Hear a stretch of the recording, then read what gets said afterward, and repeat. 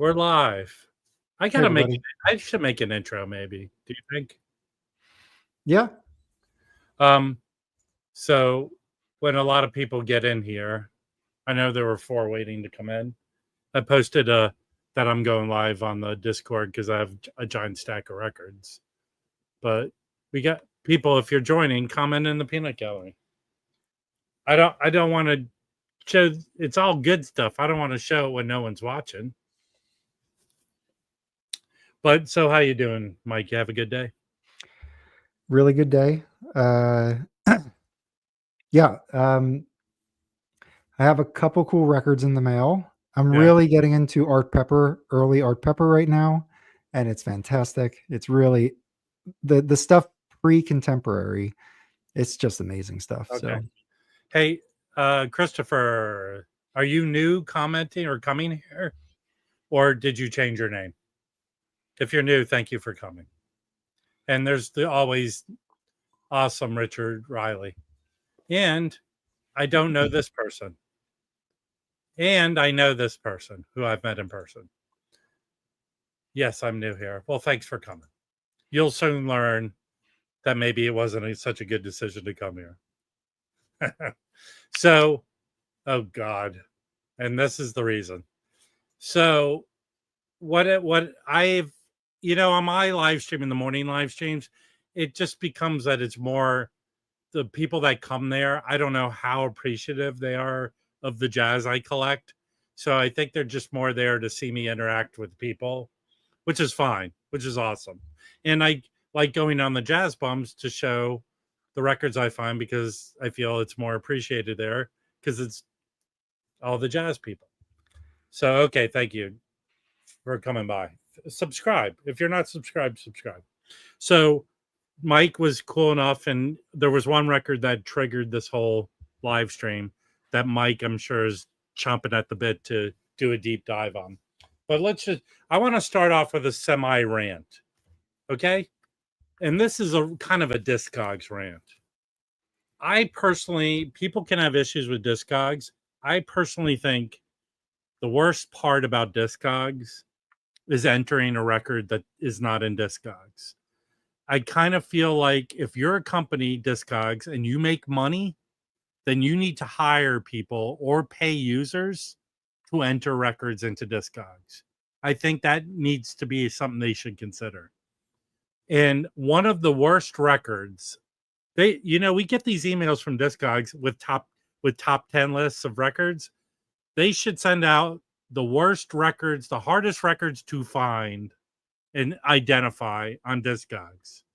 And this, in my experience, this record right here holds the trophy for the hardest record to identify on Discogs. There's so many fucking versions of this, and the whole thing about that they, when it came out, they had to kind of change the dead wax and re-identify it. And then in Discogs, there's a thing that says, then they charged $1 more for it. Like click on that, the first one that appears there. Click on that one and go into the notes of this. It says well, I'm not on that version. I'm sorry. So the one you want to own, from my understanding, is the AA, I think, and then there's a slash through the AB. So check this out. Check this out. You can't see the drop down, I'm pretty sure, but I'm dropping down the year. Yeah. There are 32 entries for US LP in 77, then in 80 there's 13, and then it trails off. But 77 there are 32 entries. It's just insane. And I cleaned and listened to this last night. It sounds fantastic. And consulting with my guru, Tim, the University of Vinyl, I think this is a first pressing. But you'd never know it if you tried to search in this fucked up Discogs. So Discogs, you're not Wikipedia Discogs. You're a company who makes money. Hire someone or pay users to enter shit into Discogs. Let's take a look at something here. I'm going to just do a spot check. So in 77, there were 33 LPs reissued. I'm just going to pick this one. Yeah. And let's see. So 364 people have just a random 77. Let's do another one here. Let's do this one. So it's not like these are just entries where like one person's putting it in for himself. Yeah. It looks like people are like, I mean, each of these has hundreds of entries. Go to the Dead Wax. Just go down to the notes and Dead Wax on this entry. This Pittman one, look at that. Yeah, but okay. Actually, go back. The most desirable is, I think, pressed at Santa Maria. Okay, you want to go to that one? All right, go to a Santa Maria. This one here. This one here. Yeah. Okay, these are the. So 26 people have this entry. Right. So go down. This is the misprint, though. Oh yeah, click on that. One of the labels wasn't printed. Hold on. So now you got your misprints in here. Here's another. This looks like it's a split. Pittman, Santa Maria, or is it just? What PB Thou? What are you saying? CSM. What's he saying? He put CSM, so I'm stupid. Pretend I'm stupid, which is not hard for you to do. But go to Santa Maria pressing. Just go down. There's the second one is Santa Maria. Okay, there we go. Okay, so go to the note. Look at this. In the Dead 20,000 people have this copy on Discogs. I understand. 20,000. Yeah, go down to the notes. Okay. Just go down. Like $1. This whole thing was like the price was raised to $1. And subsequent prices were yeah. Now go to the Dead Wax. Okay, here. Look at that. Yes, honestly, you know, when it comes to old jazz records, each of the plates should have their own entry because they're different pressings. Yeah, this is insanity. I think this is the version I have, but go down. See how the third one from the bottom, the Dead Wax. Go up. Sorry. This one? See that third one? Yeah. Yeah, I think that's what I have. See how the B's crossed out and then, but it says 1D and yeah. Now, is there significant variation between the AAAB, and if so, why are they all cataloged under the same entry? I don't know. It's Discogs needs to hire a guru. No one. This is nuts that this even exists. This is just beyond my comprehension as a human who Let's see how there's 55 blood. There's 55. So they really should be listing what the Dead Wax is here, because there is big variation, I think. Maybe not. I don't know. This one I think is one you want to own. I have another one. This sounds fantastic. So I just want to move. But I want to move on to the thing. It looks like it's a solidly $30 to $35 record. Yeah. It's if you find it for under $20, buy it. You're good to okay. Okay. I have a crazy stack of records here. So let's start. And I have stories and everything. So I've seen this record around, but I've never picked it up. I decided to get it. Dudu Pakawana is a South African jazz. And this Diamond Express is every sense of South African jazz. It's kind of joyful. It's got a playfulness to it. And it's really... Is that like Johnny Diani style? Like that type of style? It's a little more mainstream. Or dollar brand? Maybe dollar brand? He played with Johnny. The only recognizable name on here is Keith Tippett on piano. And I know he ventures out into craziness, but this is a good record. If you see it, grab it. I think this is a solid $20, $25 record. So here's a story. Okay, I'm just going to tell this story, okay? Does anyone know this record? It's Miles, 1958 Miles Davis. This record came out first ever in Japan in 1979, okay? Do you know what this record is? A concert in 1958 in Japan? No. There's this guy, I don't know if you ever heard of him. His name's Chad Kassam, right? Mm-hmm. He has acoustic sounds. They put out this Birth of Blue record last year. Yeah. Tip On Jacket remastered. It's first time these songs were available on a record. Is that the way I heard it? Am I right? I don't think that's right. I don't think he was promoting it like that exactly. That's what this record is. And I came out in Japan. In fact, it's the same, except it has one extra song than The Birth of Blue. Okay. I think the little Melanie, I don't know. But that's what this record is. What's the label? Can you show the label? Yeah, it was a 360 label. Okay. And it sounds great. And it's the same, basically the same record as Birth of Cool.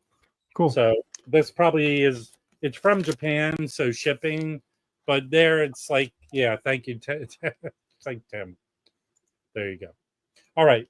Cool record. Sounds great. All right. This came from Record Safari's personal collection. Do you know this record? I do. Yeah. It's Gil Malay, right? Gil Malay, Waterbirds. He described it as free jazz. It's not free jazz. Maybe it's ECM ambient. But from what I understand, this is a soundtrack for a TV show, but not just one show. So the music was utilized in maybe public television. So, but it's very good. I have later Gil Malay, like there's that Tomb 4. Yeah, one that of those. Is on Verve. That's him like using Moog and stuff. Yeah. So this is very good though, and it's a very rare record and it's very desirable. But this was cool. All right, this I've showed before, but I picked it up at a garage sale for $5. I believe this is an OG. Came out as a Liberty, and this is actually a very good record. It came out as a classic, I think. Right? I don't know. This is good. So. This is the back of it, where you can't tell the back from the front. There's a front. Okay. So that was a good pickup for $5. So screw it. I'm not going to keep putting it. This is a record. I don't have grails, but in my memory, there's records I want. I'm trying to pick up all his stuff. I think he only led like less than 10 records. Ahmad Abdul-Malik. I think the most valuable record in my collection is that one that Vinyl Me Please reissued. I have an original of that. I think I have an original 4 of his records, and this is an outstanding record. Lee Morgan's on it, Benny Goldson's on it, and basically it's a mishmash of kind of Middle Eastern, kind of he's playing the oud, but then American jazz mixed in. So it's something about his discography. He has a title that's only on Status, which is Prestige's budget label, and they press on really budget vinyl. So it always plays with noise, but it's the original pressing came out on Status, so it's kind of unfortunate. I think I might have that. Is it the one he's leaning against? It has like a pink purple cover. It's like I could pull it up here. I think I have that one. You sure it only came out on Status? I'll double check right now. Let me see. Got a lot of records to show people. Which Me Too, Dom? What are you Me Tooing about? This record or the Waterbirds? Man, this went so much better in rehearsal. All right, hold on. Let me share my screen. Okay. Can you see this? Okay. Yeah. So I don't have Jazz Samba. I need to get that. This is what I was talking about. I have that one. This originally, so if you want the OG, hold on, let me go to the entry. The OG is on Status 65, and then there's this 2016 reissue on Clit record. What is that? Clement? I bet I'm not too familiar with the session, but this would be a cool one for the new OG. I have it. Yeah. Call me. Give it to me. Oh, okay. Cool, Dom. So if I find another one of his records, I'll let you know. But let's go back to his records. Okay, so I have that Easter Moods is the most expensive record. This one here. Yep. I have Sounds of Africa, and I have Spellbound. I need Jazz Samba and the music of this one here. Yeah. Let's take a look at this one. 62. Andrew Cyril. Yeah. Tommy Turrentine, Eric Dixon. Do you know that guy, clarinet? I don't know that dude. This looks cool. Yeah. I'm assuming it's all his compositions. And he's a sideman on a lot of records too, playing bass, main jazz bass. I picked this up. This is an OG stereo. Cool. It is. It was a radio station copy, and this thing sounds incredible. Sounds really good. Got the hey Rob, is it my internet? It might be my internet, but you're freezing. No, it could be my internet. Let me see. Anyone.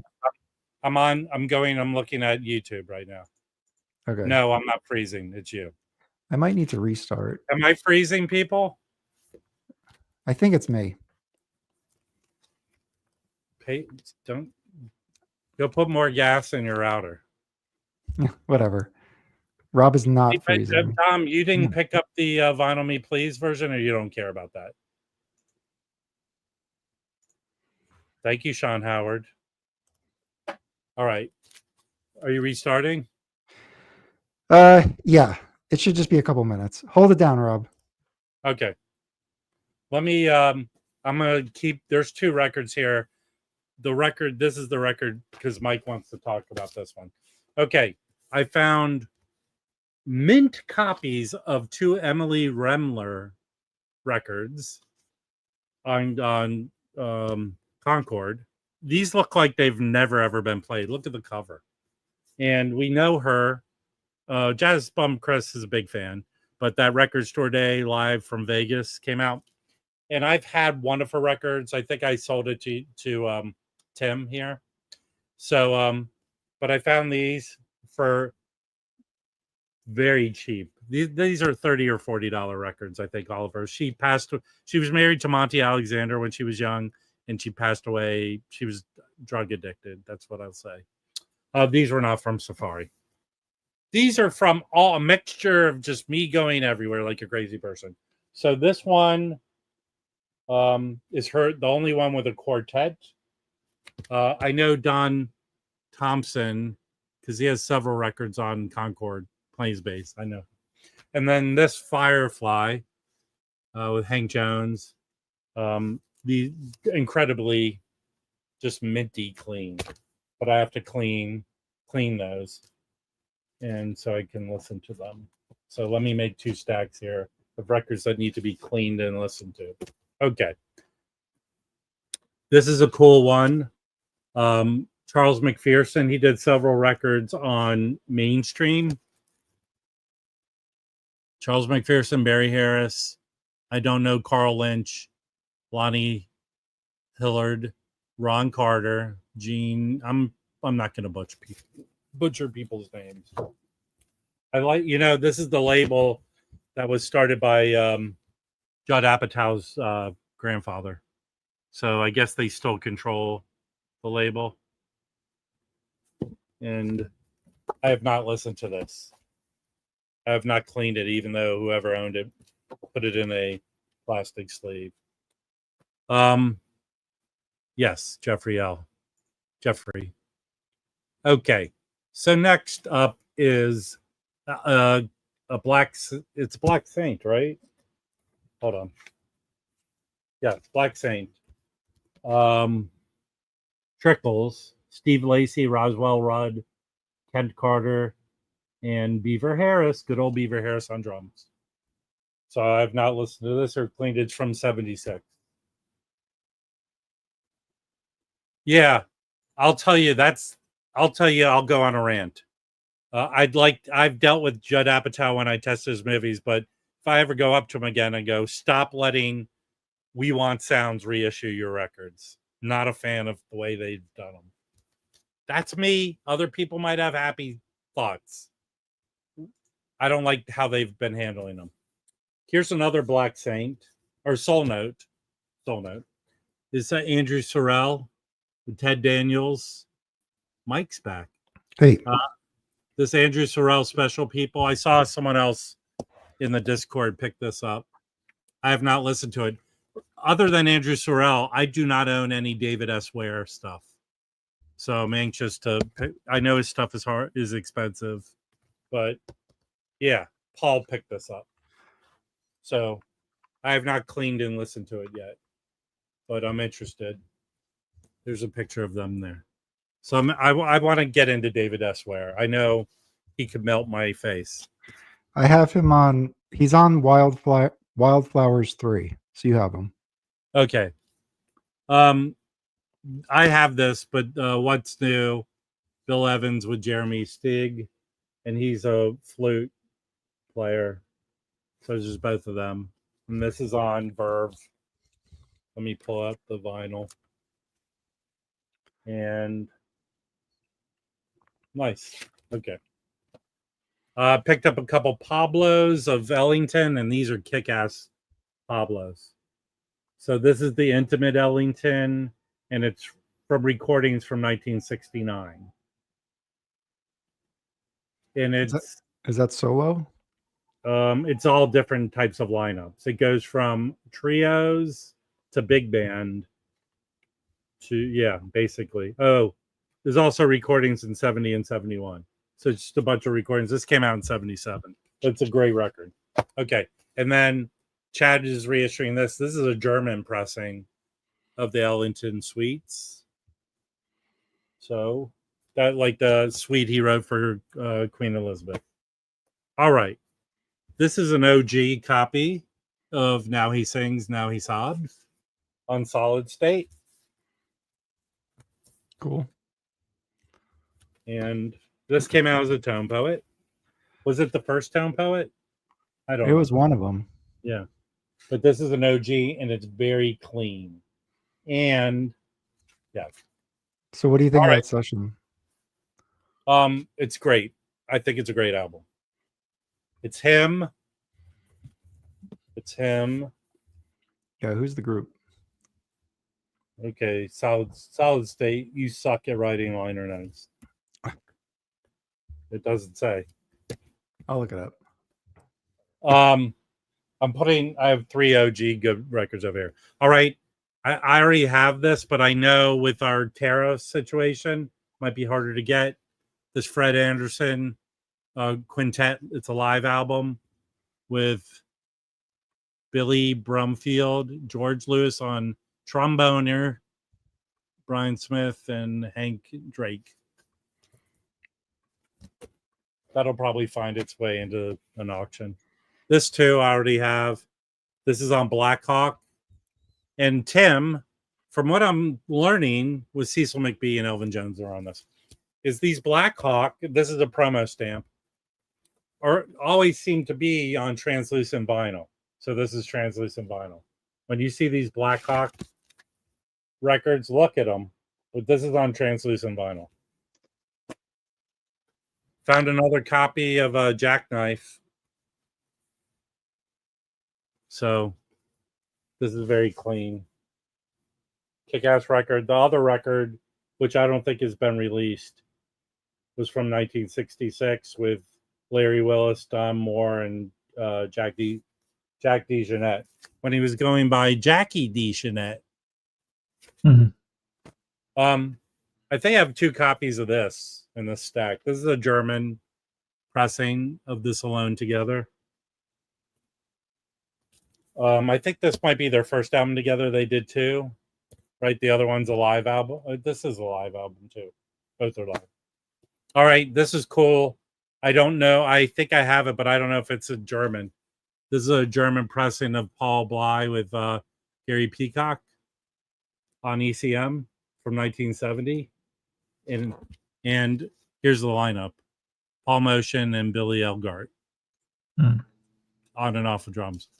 So this is kind of cool finding this OG pressing. Okay. Next, I think I've completed my Michael White Impulse records. How many are there? Might be 4. No, I don't think more than 5. Okay. I think, yeah. Go with the Flow. And it's his Magic Music Company. So this came out.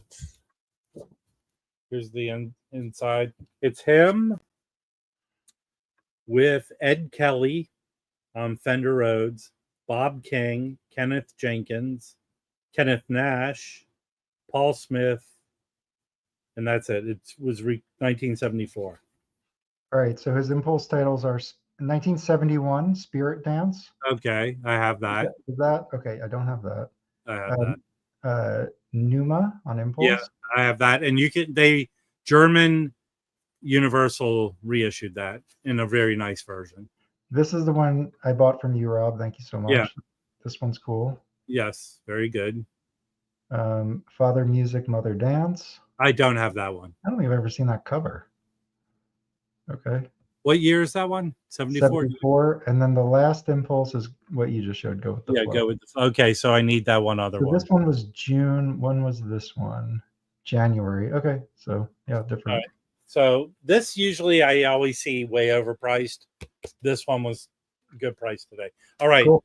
So this, more people should look into this dude because now I have 3 of his records. Hey, Delphine. Yes, I will. I probably will be there, even though the 405 is having a big to do this. All right, Nathan Page. He had his own label. He's a jazz guitarist. In fact, I didn't have. I have his most desirable record, I think. Cool. But some dude reached out to me out of nowhere and wanted to buy it, but I didn't have it for sale on Discogs. So plays pretty for the people. I think this one doesn't go for crazy money, but his records are pretty desirable. That's his label. So he does a Billy Strayhorn, a Joe Beam, Michel Legrand, and I guess some other standards. He does Billy Joel, Just the Way You Are on it. How about that? All right. I found this when I was back in DC, but I found another copy with David Murray Low Class Conspiracy. That's a great cover. Yeah, this is on that label from Maryland, the Adele Jazz line. Okay. I don't think they did a ton. This record I actually have been looking for. What is that? Oh, yeah. A bunch of these with different artists. Yeah. There's like a Frank Lowe one. Yeah, that's the one I know. Yeah. The Frank Lowe one. What's the label that's on? This is on Fluid Records. Okay. I think the Frank Lowe one is on like Futura, or it's one of like the French labels, I think. Well, this is French. Okay. Well, maybe it's that then. So great lineup, killer lineup there. Yeah, that looks really good. Yeah. Cool. Delphina. What year is that, Rob? That jacket looked pretty nice. I think the collection where I bought this looked like no one listened to any of these records. Is that a flip back jacket or no? No. It's a thin but jacket. It's glossy. That's nice. It doesn't say a year on the. I love a nice jacket.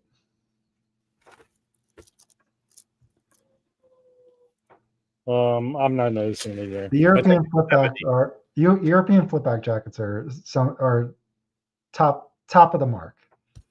Delphina found this. There's 2 on Indian Navigation. These 2 live albums. So this is volume 1. Yeah. And these aren't that expensive. No, they're not. No. This one, Lester Bowie, Fred Hopkins, and Philip Wilson. Yeah.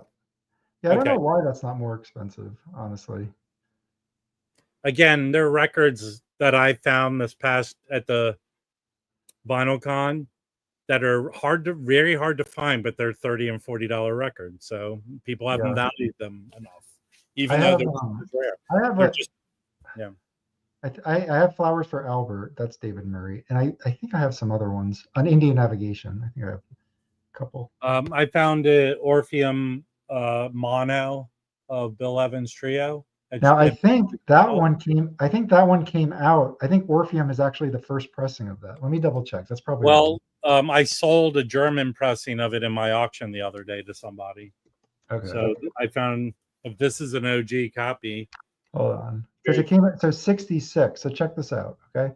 Yeah. So it was 66, and I think that's when Orpheum went. Let's see, I'm probably wrong. No, it's Orpheum. So the Orpheum label is the first pressing. Okay, so here's what's funny. Okay, this is not a mono; it's a stereo, and you want to see. Okay, on the back cover, the It has cheap ass mono. Orpheum people. Yeah. That says mono, right? Yeah, that's not surprising at all. But that says stereo. Yeah. Yeah. So they use the mono jacket. You know, I think I want to break into a person with a killer record collection with a bunch of stickers that say stereo and just put them on all their. Now, my question is the Chad AP box, what labels does it use?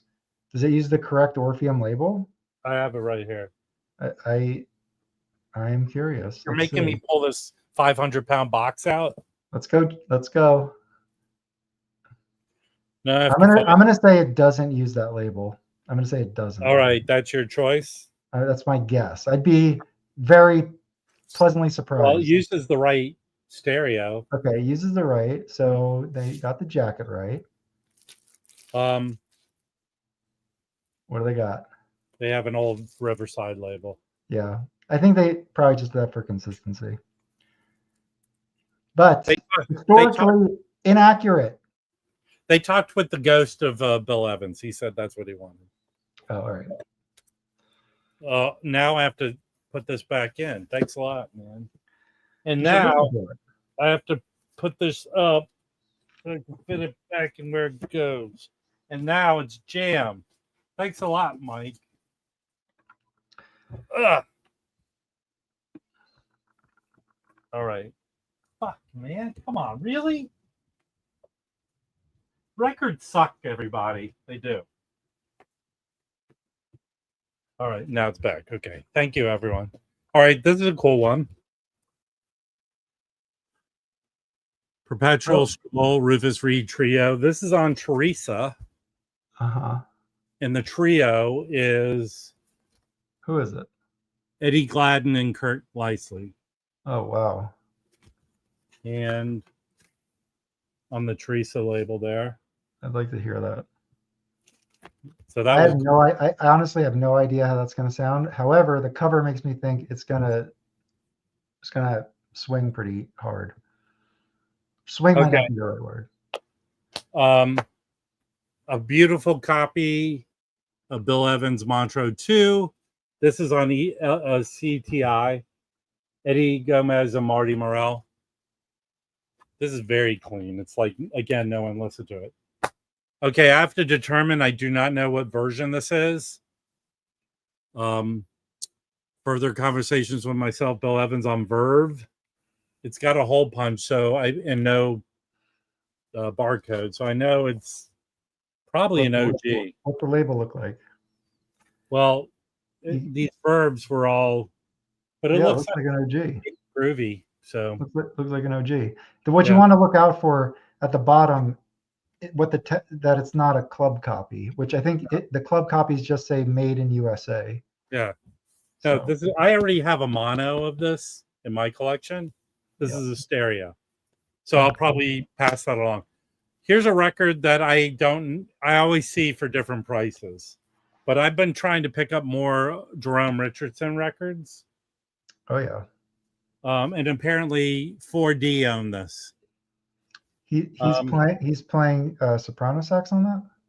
He's playing flute, bass flute, tenor sax, and soprano sax. It's with Grady Tate, Ernest Hayes, Buddy Lucas, Charles Rainey, Eugene Young, Joseph Newman, Warren Smith. Good old Warren Smith. I know I have Warren Smith records. Eric Gale, Carl Lynch, and Alan Ralph. Do you think the label Groove Merchant got their name from that record? Maybe. This came out in later 60s, I think. Here's the nice. Okay. I found another copy of this. This will go in auction. This Andrew Hill. This is from the that label that blasted not too long, Artist House. And this also has the booklet. These artists, does it have the booklet? Oh, I forgot to show. Someone put an article, a Steely Dan article in the. No, it just has the mailer thing. So this does not have the booklet. Usually these artist houses have these little art piece booklets, and there's the label. This is a I'm good. more interested in Delphina's entry Delphina, into. do you want this in your pile? This is solo piano, Andrew Hill. I mean, they're long. They're each side's a song. All right, I'm putting it over here, Delphina. Okay, this is a cool one. This is on Rashid Ali's label, but this is a blues record. I have not cleaned and listened to this yet. Royal Blue. This is very clean. Can you show the label? Yeah. So this is on Survival. Yeah. This is extremely very clean. The Survival records. Now, this is an inner city pressing for the U.S. I think I have the OG on Enja. I think is on Enja. But this Dollar Brand record, The Children of Africa, I think I have the original, but I have to look through my collection. But here's why you want this record. Here's the lineup: Cecil McBee and Roy Brooks, the Dollar Brand. Yeah, it looks cool. Yeah.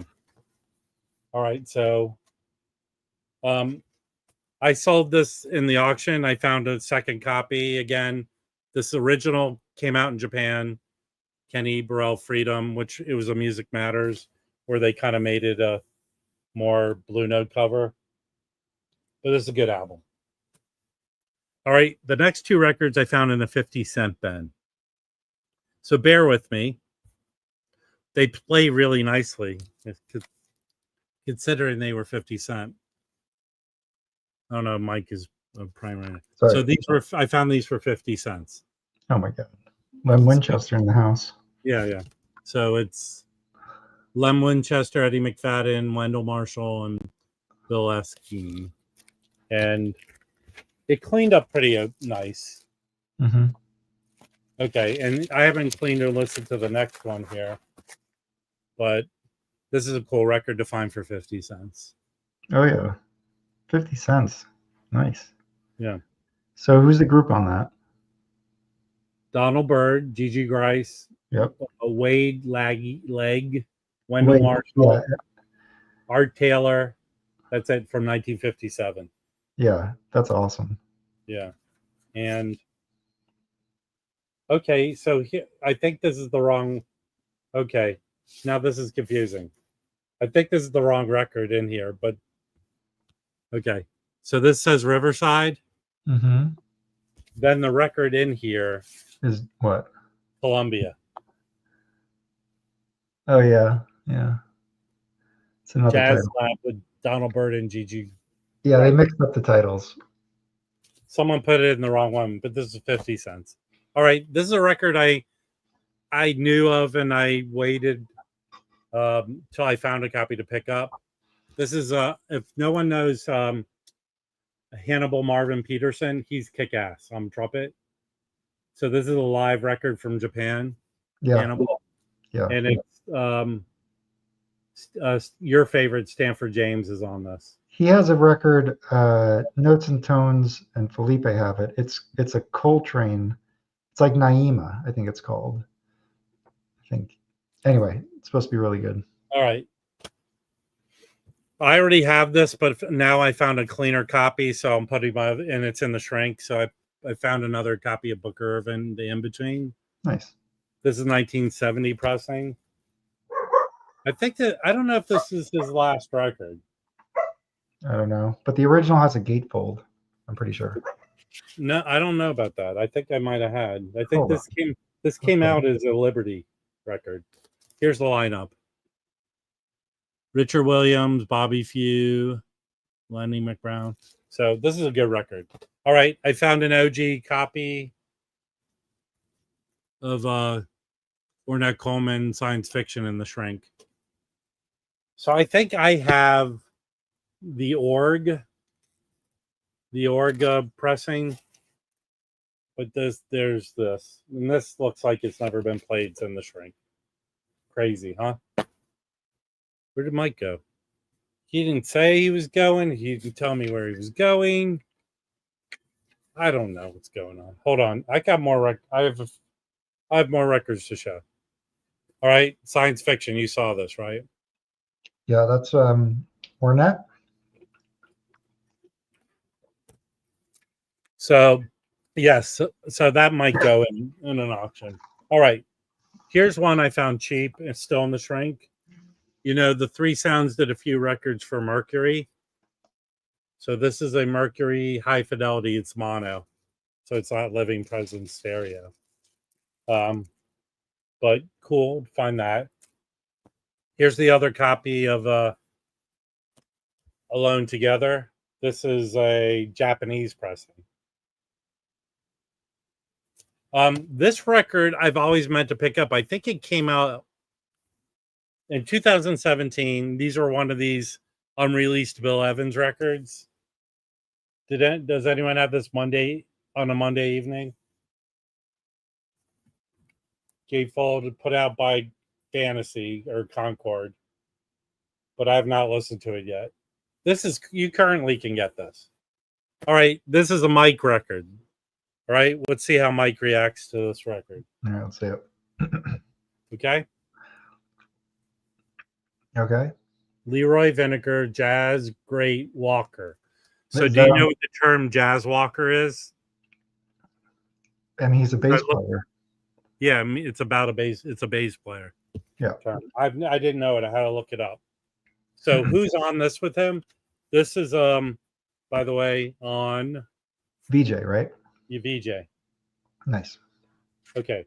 So who's on this with him? It's a trio. Oh, that's cool. It's and I don't know this guy. Mike Melvon, Bill Goodwin. Okay. So I've never seen the picture they have on the cover. Can you show the picture a little closer? Is he smoking a joint? What's going on? He's in the woods. All right. What songs are they doing? Doing that thing. You'd be so nice to come home to. If you lose, you whatever. Love Nest. That's definitely not a Mike record. Huh? No, I meant no. I meant like I've never seen it before. Yeah. Okay. It looks cool though, but I wouldn't get obsessed about that. No, it was cheap. I've never seen this. Okay, so now we're going through the 3 kick-ass ones I found. Okay. First, I have the mono. I have a mono copy of this. I might keep this stereo. So I found, but I don't know. I might sell it. I Am Blue, Grant Green, Johnny Coles, Joe Henderson, John Patton, and Ben Dixon. This is a 1970 pressing. Van Gelder and the Deadline. Okay. Van Gelder stereo. Cool. I want that. You do? Maybe. I like those 70s, those 1970 pressings. Those are good. Those are just like Liberties, in my opinion. Yeah. Okay. I mean, they are Liberties. Okay. Another Grant Green. I think this is an OG. Starting bid 26. Go to a countdown. That record, if anyone wants to buy it from me, it's going to be $90. Woo! $90. Whoa. Okay. Okay. This is, I think, an OG. Okay. Still in the spirit, although this is a tone. Oh, look at that. You know that guy Garvin there? Yeah. He's also on he's on Soul Samba. Quebec. Yeah, which I have. I have Soul Samba. Yeah, that's cool. Okay, so this came out as a Liberty, didn't it? Or no? Show me the cover again. Did this come out as a Liberty? What's the catalog number? 4132. That may have been pre-Liberty. Pre-Liberty? Or transition? I'll check it. Okay, this is not an OG. It's Liberty. Well, I'll check it. But this is Van Gelder. It's very clean. This is so clean. Okay, I got it here. Yeah, 63. So that's not going to be a Liberty. It's Feeling the Spirit. Okay. So for people who are interested, the first pressing is this mono. This is the mono. Hold on. So the first mono pressing is going to have the New York the New York address here. And there you go. Did it come out as stereo too? Yeah, stereo at the same time. Stereo. This is stereo. Okay. All right. Those were cool finds. Those are cool. All right, Roger, calm down. All right. This is the record that started the stream. Mike wanted to do a total attack. I'm pulling up the Discogs. Okay, wait, before you show it, but tell the story of what you think, what you were told it was, and then we're going to look at what it was. I threw away the little label. Okay. So I think they said it was a 58 mono. Okay. 1958 mono. Okay. All right, so show the record. Oh, you said wait. Or tell the story or whatever. I mean, you picked it up today. So, no, Record Safari got this killer jazz collection in, and a lot of the records were very clean, even the covers. Okay. So, let's make myself big so people can see this. So this, I have an OJC of this. Of course, it's gone. I'll put it in the next auction. So the only writing on it is someone wrote a B on the back. Okay. Now, before we look at the label, I want to just show the cover one more time. Okay. So one thing to note is the colors and those little tiny pianos that almost look like paint strokes over it. So now we're going to look at the Discogs entry for US LPs. So let me share my screen. So I actually have the 58 that Rob said that this was said to be. Now, if you look at the 58, it doesn't have those little pianos, right? It's also on the label, it says Prestige Records, Bergenfield, New Jersey. And actually, a couple times I've had to correct the store on mislabeling jazz records. So with the record he has there, it's definitely not we know it's not the OJC. Now, so I didn't go into the label, so we don't know the label yet. I just got this today. Just got Vinyl. In fact, Vinyl Piper, credit to Vinyl Piper, he grabbed this for me. I grabbed another record for him, and we exchanged. So that jacket looks original. Now the thing is, many times they would use leftover stock of like original jackets or original labels, and they put it on the later represses. So it doesn't necessarily mean it's an original, but it really looks like an original jacket. And if you look at the back of it, it has the promos on the bottom. This one you can see it has the address here, this address. So that looks just like an original jacket. So now the last thing before Robbie show it, and actually, original, it's going to have West. It has the original kind of wax paper. Oh, that is definitely an original. So the original has West 50th Street, NYC. So the NYC address on the Prestiges are, for collectors, some of the most desirable to get. It's just kind of the early vintage 56. So at one of these, just to look at how much they go for, the median is 140. 140. So, it's not a cheap record. So, Rob, what do you got? So, I think what Mike said, the latter is this was probably an extra jacket. It's a Bergenfield. It is the Bergenfield. Okay, so that's why they put it as 58. Yeah. But it's AB in the dead wax. Yep, that's Abbey Pressing. And it's what am I looking? Bergenfield? No, it's RV, handwritten RVG. Oh, yeah. So not a first pressing, but that thing's going to sound. But it's a deep groove. Deep groove. Yeah. So with an original jacket, that's awesome. Now, will you update Discogs to include that entry? Fuck Discogs. They screwed me up. Really did. Yeah. No, I mean, could it be? It most likely is the situation you said, leftover jacket, and they 100%. put this in it. 100%. But I mean, how can I verify that? How do you verify anything on Discogs? Right. That's here's what the bullshit of Discogs is. And if you're watching Discogs, take this tongue lashing as a much needed whatever. You make money, Discogs. You make money. You're not Wikipedia. You're not asking for donations. Hire people to do the shit. Well, anyway, hire someone. I believe that it's a 56 jacket with a 58 pressing. Yes. But you know what? I'm going to clean and listen to this, and it better sound good. Okay. Yeah. So cool. That haul is probably the last week. It's sad. Cool. You know how Yeah. many records I pick up. So I I'm very have, happy. I've been picking up some cool stuff. Let me see if I can find anything to show.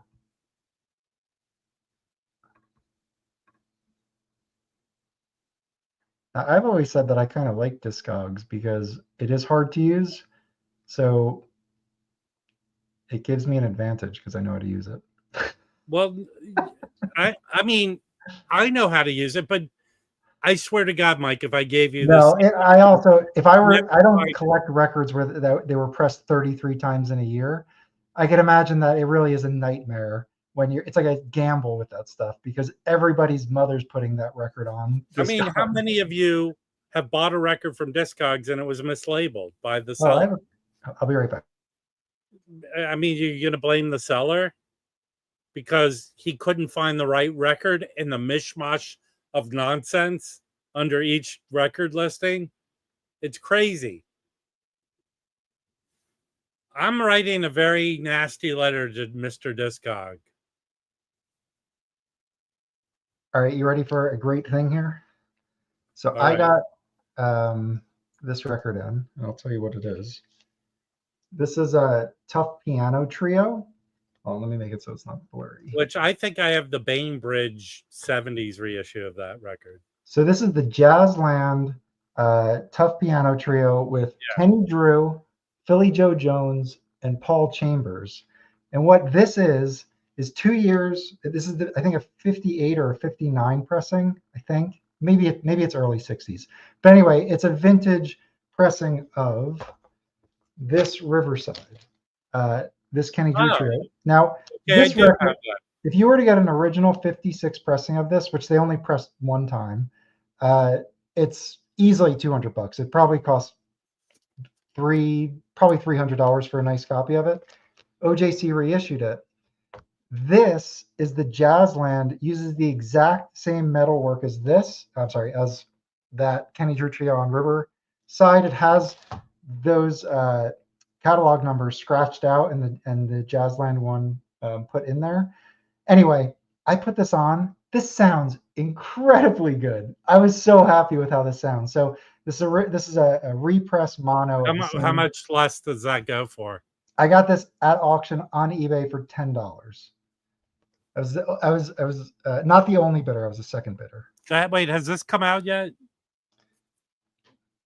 Yeah, that has come out. Okay. So they sent me this, and just as a disclaimer, this sounds amazing. This is sonically stunning. I put this on, and I was just like, I hope it doesn't sound like crap.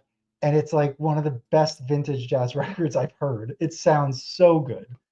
They recorded it at it's not a Hackensack because it's Riverside. They recorded it at Reeves Sound Studios in New York City, and they did a wonderful job with this. Wonderful. So definitely recommend getting that OJC, or if you want the vintage, I guess for $10. How much does it go for on Discogs though? It's usually like I think there's one for like 45. You can get a decent copy for 45, but you know that's still not too bad.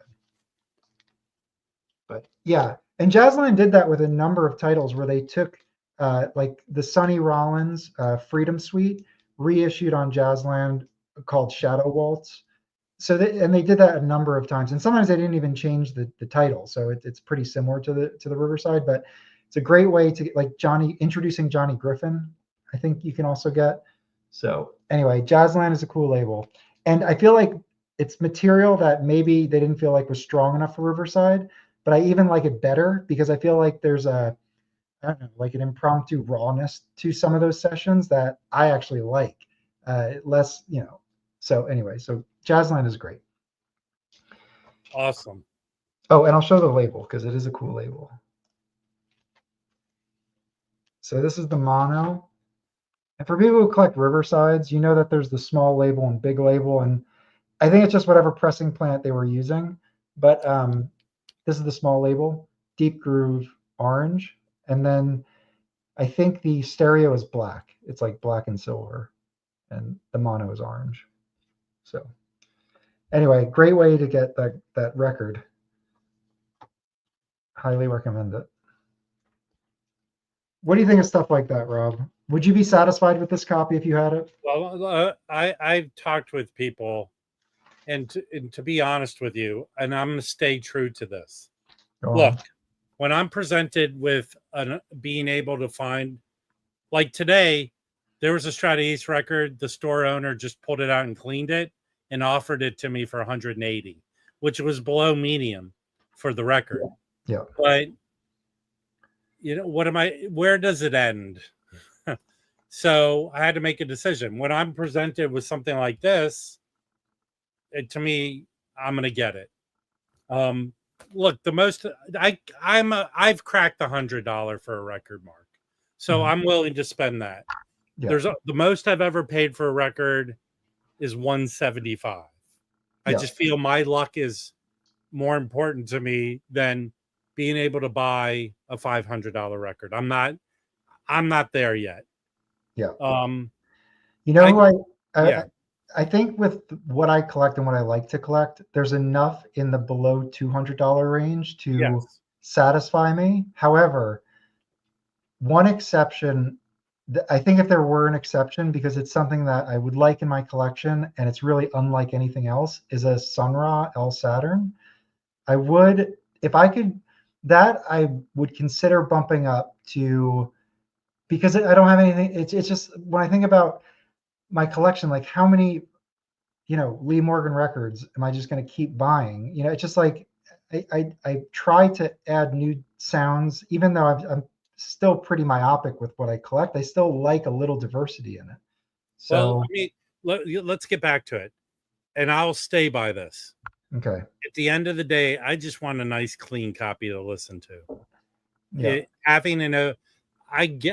Look, I'm not giving away, but some of these OG Blue Notes that sold over the weekend, one was $1,500, and the same dude. Title? Do you remember what title it was?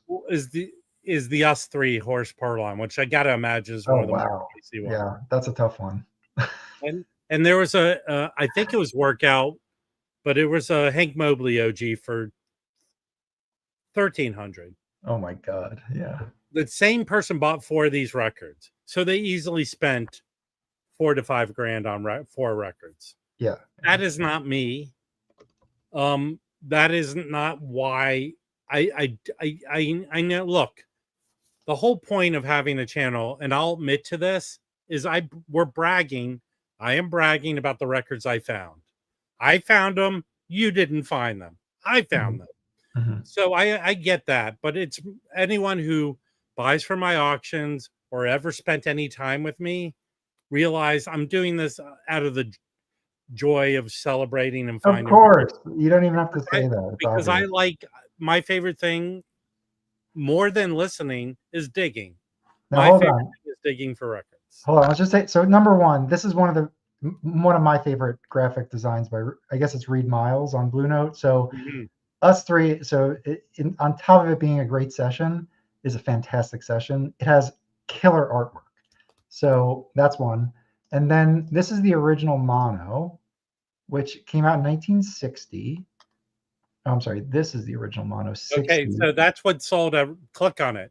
So there's one for 800, but let's see the condition. So it's G+. So VG+, they're asking for 1,600. All right, I'm letting you know that all the records that were in this collection, because I bought one. This Booker Irvin that I bought was $50. And I put it on. They all sound awesome. There's no noise on it. Some of them might have some marks or surface marks. That record is probably one of the one that was purchased was probably one of the best conditions of that record you'll find. So side 2 of this Horace Parlan, this version of Lady is a Tramp is awesome. It's just fantastic. It's the reason why I want the record. That was a Music Matters, so we can only hope it comes out as a classic, right? Yeah, I would definitely pick this up because I have Horace Parlan's other classic series that were reissued, but those aren't trios. Those are I think quintets, and it's a whole different vibe because he gets Stanley Turrentine and Tommy Turrentine, and that pulls in that soul style a lot. I mean, they're already playing like that, but I feel like in the trio form, it's like different levels. Can you go to the Hank Mobley? Yeah, you said workout. Well, show the record and I'll tell you which one sold for 1,300. Right. So the 1,500 for VG plus or better seems kind of fair. It's not that. Go to Hank Mobley. It's not. Okay. Look, I'm old and senile. Keep going. Okay. There it is. It's a roll call. That's what's old. Okay, that was a great title. An OG click on the OG mono. So that's okay. But I mean, I have the music matters 45 of this record. Yeah, this looks killer. Okay. All right, now let's look at the prices. Okay, hold on. Let's go to OG mono, first pressing 61 with a deep groove. Got 2 copies, VG plus starting at about 1,700 US. Yeah, 1,700 US. Yeah. You know, and it's the 47 West 63rd. And it's Hank Mobley. I mean, I got to say, Hank Mobley might be the most collectible person on Blue Note. What's the most, other than that Blue Train, right? Did that Jazz Record Center 10-gram Blue Train? I mean, there are a number of titles that go for over 2,000. It's all the early stuff that just wasn't. There's not that many. Well, what's the rarest Blue Note? I think it's not Tina Brooks. It definitely isn't. That thing comes up all the time. It could be 1568, Hank Mobley, 1568. It's the white cover one. You know which one? And it's got the red stripe with all the guys. I think that might be it. And then there's also the Yuta Hip with Zoot Sims. That one's really rare. That actually might be the most rare. I think Mike from the In Groove said he's never seen a copy of that in person. I have Jeffrey. I have the classic records version of that record, so I didn't buy the tempo. I have the classic records.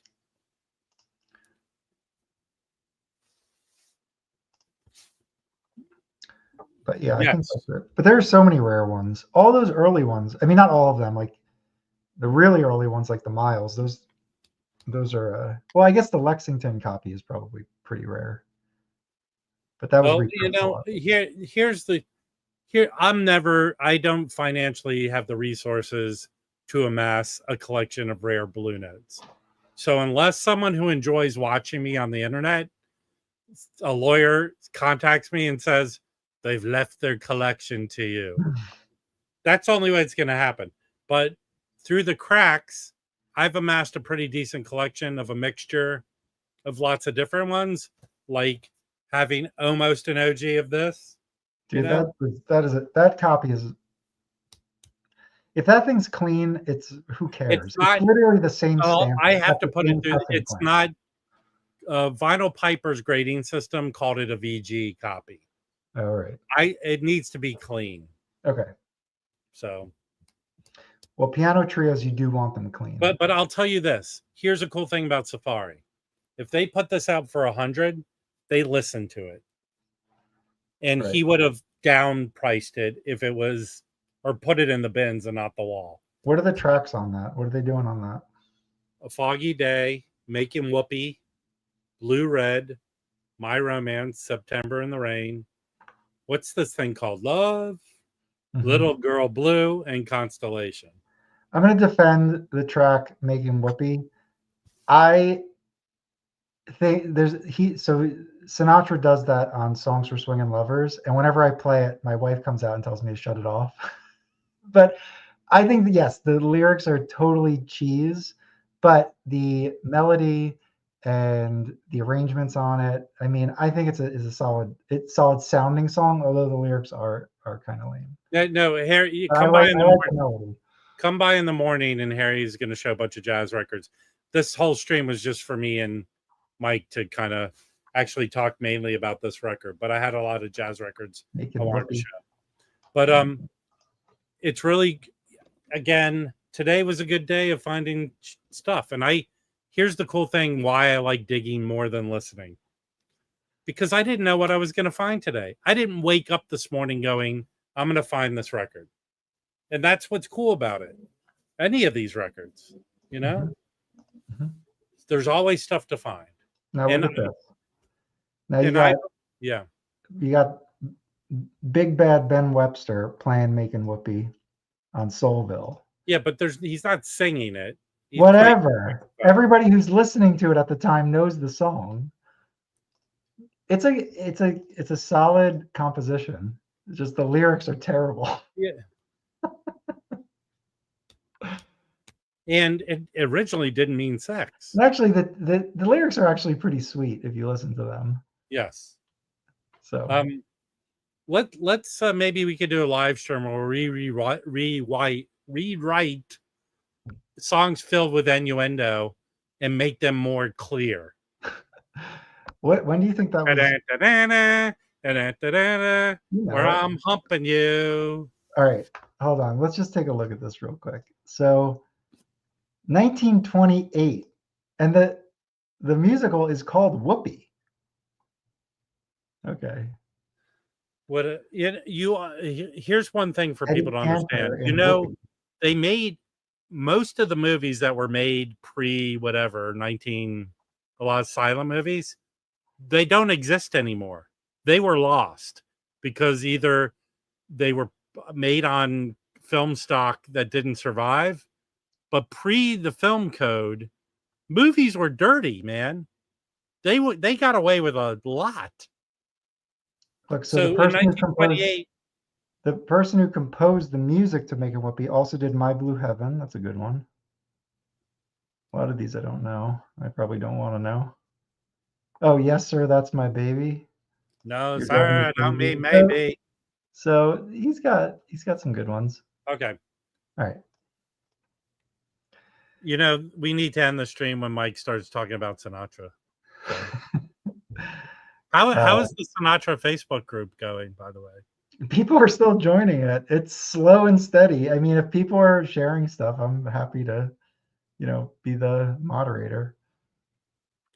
We had some trouble in there. Tune in the next time me and Mike do a live stream, or Mike shows us to actually do the Charleston properly. So on Facebook, the group is Frank Sinatra Vinyl Lovers, and it's just for people posting Sinatra records. And don't get it confused with Frank Sinatra Murders. That group is different. So come join. All right, people, if you're free tomorrow at 7 a.m. Pacific, 10 a.m. Eastern, come and watch my live stream. All right. Hey, we got another person. I've never seen you around here, Andy Goldblatt. Where are you from? Is Bert Goldblatt your grandfather? No. Thanks for joining. There's a bunch of people who've never come by before. Like and subscribe. Come watch the morning live stream. Well, Reveille, I don't take the streams down. You can watch them at any point in time after they're posted. But what do you work all night long? Wake up at 7. So check this out. This was my mouse pad for the night. So this is a box. I've shown this on the Jazz Bumps before, but it's got 4 7-inch 45s. It's a Dizzy Gillespie West Coast session on Discovery, and this sounds really the sonic quality is really good on this. So Art Pepper has records on Discovery that are super expensive, and I heard that the vinyl doesn't sound that great for the 10-inch vinyl. So anyway, I picked up his 7-inch EP on Discovery, so that's in the mail. I'm super excited about that. So those sound good. This sounds really good. So I'm hoping that the Art Pepper is on there with him. It's like a Hollywood string section. There's like 7 or 8 people, and he does some vocals on it. It's Dizzy was such a great entertainer. I feel like there's no bebop on it. Well, so if you're my age, like pre me getting into jazz, when I grew up, I knew who Dizzy Gillespie was. Yeah. He appeared on PBS kids shows like Sesame Street. He's an entertainer. I knew who he was. Yeah, he's great. Hey, Rich, rewatch the stream. There's lots of records. Do you have a Van Gelder of this? These 2 Van Gelders Rich is in the U.S. right now because there's too much heat on him in the U.K. He had to leave. So, Rich, do you have these? This is 1970, clean, and this is probably a 67, clean. Van Gelders. And then I ain't giving this away. Rob, what's your favorite Dizzy Gillespie song? Well, didn't he write like a standard jazz song that everyone does? What's the one? Oh, fucking, did Mike's thing cut out or he left?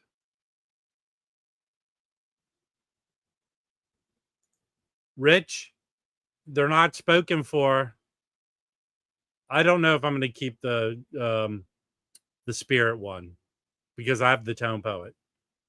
But I picked up the I picked up this to pass it along to someone. This is really, the cover is in very nice shape and the vinyl is super clean. So Rich, reach out to me. So wait, didn't Dizzy Gillespie do a standard that everyone does? He didn't write A Night in Tunisia, right? You're muted. Your mic's not working. Mike's Caravan. Thank you, Rufus. Here we go. Thank you, Caravan. Salt Peanuts. Come on, Salt Peanuts for the win. No, Caravan's better than Salt Peanuts. Bump, bump, bump, bump, bump, bump, bump. Nah, Caravan. Come on, Salt Peanuts is solid. Caravan. And then you just start humming Salt Peanuts to yourself all day. Caravan. No, Salt all right, Peanuts. Everyone, this is spoken for by the worst person in the world who's on the run from what's the British version of what do they call like the FBI?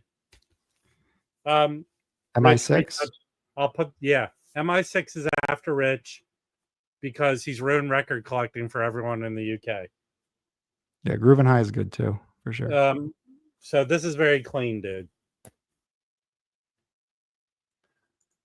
Listen, I'm on the run for M45, and I ain't running. All right. Any last words, Mike? Because I want to eat some food before I. Salt Peanuts is the best Dizzy Gillespie song, period.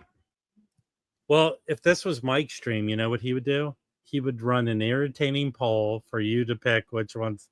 And you know what's probably going to happen on the Jazzbone stream? He did write A Night in Tunisia. Thank you, Jonathan Peters.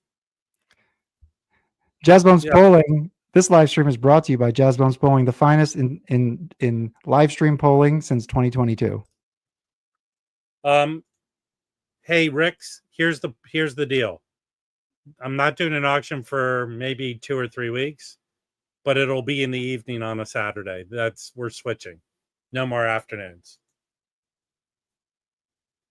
Rob, can you show the Kenny Drew? Can you show the Kenny Drew trio on Riverside for a second? I just want to do something.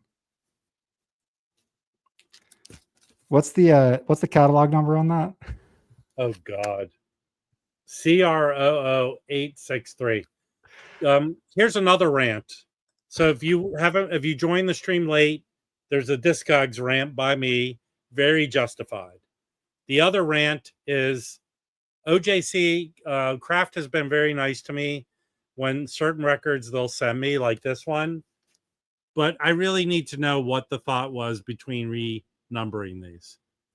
There can't be a real legitimate reason why. There can't. This is the reason. The reason is on the screen now. This is just garbage. 100%. We've spoke about this on the Jazz Bum stream. My biggest criticism is that with jazz records, the catalog number plays a part in the design. Sometimes it's small, sometimes it's bigger, but I just feel like for them to just change the font and the lettering I can't know of a legitimate reason. Okay, you want me to show you something? Okay, actually, this is good. There's no. Well, there's no code printed on here, but really, please tell me what good reason for changing these numbers. Here's a question, Rob. Are you ready? Yeah. The original OJCs, Did they change the catalog number, or No, did? I don't think so. And No. I know when you look at the label, it has an OJC number, fine, but on the design of the cover, I think they kept it original.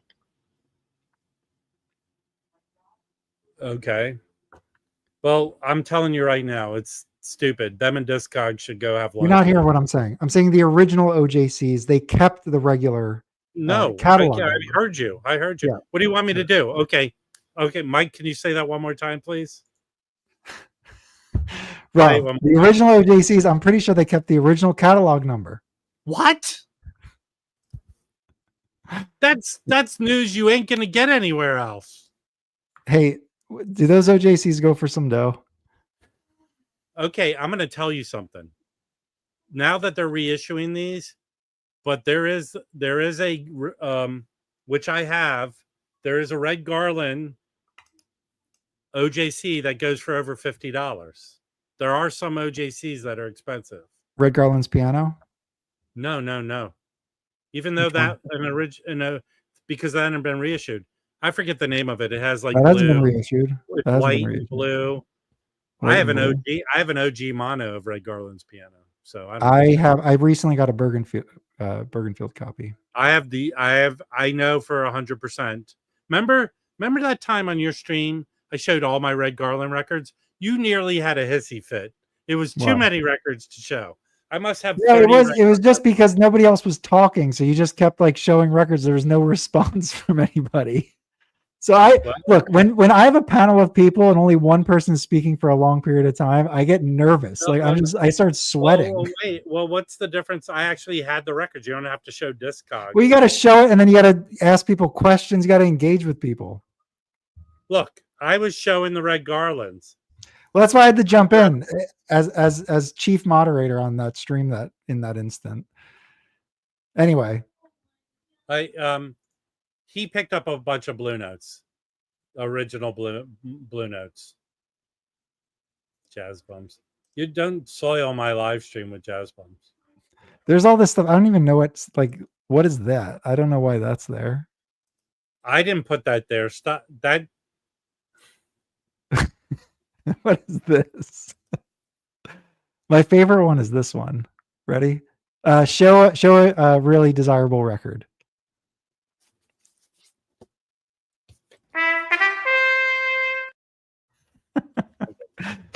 The other one is the Duke Jordan. That's the best one. All right, everyone. Thanks for coming by. Come by tomorrow morning and watch the live stream in the morning. Not so much jazz talk. Okay. Thanks for having me. All right. Take care, people. Bye. See ya.